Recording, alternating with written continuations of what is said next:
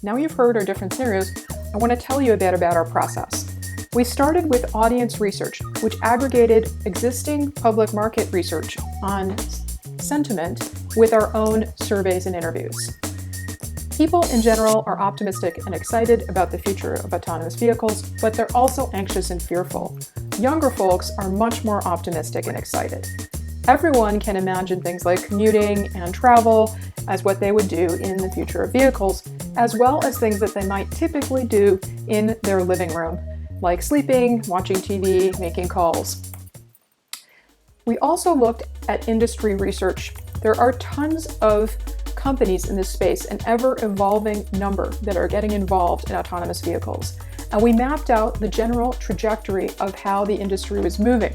It's actually moving even faster than this. We then looked at the different players and grouped them. So there are folks in industry that are making autonomous shuttles for group riders. They're making package delivery of varying kinds. There are lots of different passenger cars. Everybody knows about Uber and Google, but also all the luxury providers are getting into this space.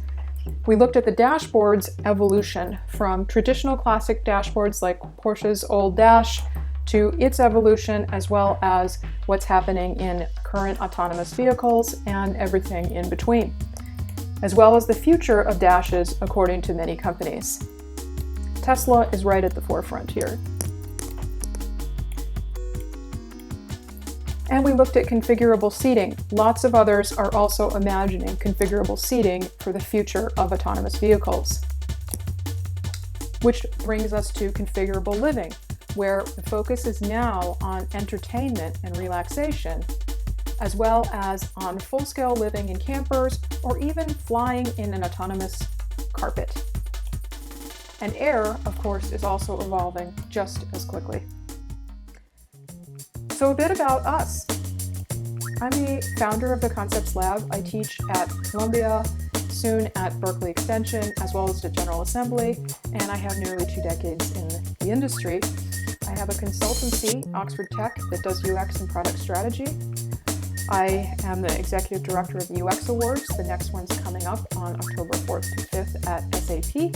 I hope you'll join us. And if you want to learn more about the Concepts Lab and this kind of work, please come to ConceptsLab.com. Many thanks to the participants in these last workshops. What are the takeaways for you that you can use based on all this? Well, first, this is based on the futurism principles, that the future is not predetermined or predictable, but can be influenced by present choices and actions. And we used a technique called scenario planning, specifically around user-centered design that imagines human scenarios in the future at a given time frame and on a given topic. We mapped out our understood trajectory based on research of how the industry is evolving and what that would mean, and then we looked at things from a user-centered design standpoint that starts with empathy and deep understanding of the target user and their needs and goals, as well as the context in which they will be operating, before we ideated possible solutions and approaches to that. We came up with many audiences that could really benefit from autonomous vehicles, dove deep into who they were, and then ideated lots of solutions and scenarios for those audiences with a goal of quantity, not quality. So we came up with dozens of concepts, very rough, and then we shared them, got feedback from each other, and iterated and refined from there. We then mapped out our journey, both physical and digital, comparing our projected idea of what the future would be with the current scenario, ensuring that the future would have a better experience and improve on the present.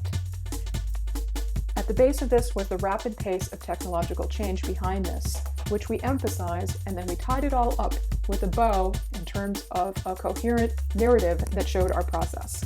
If you like what you see and you'd like to get involved, please join us at ConceptsLab.com. Thanks so much for listening. I hope you enjoyed this.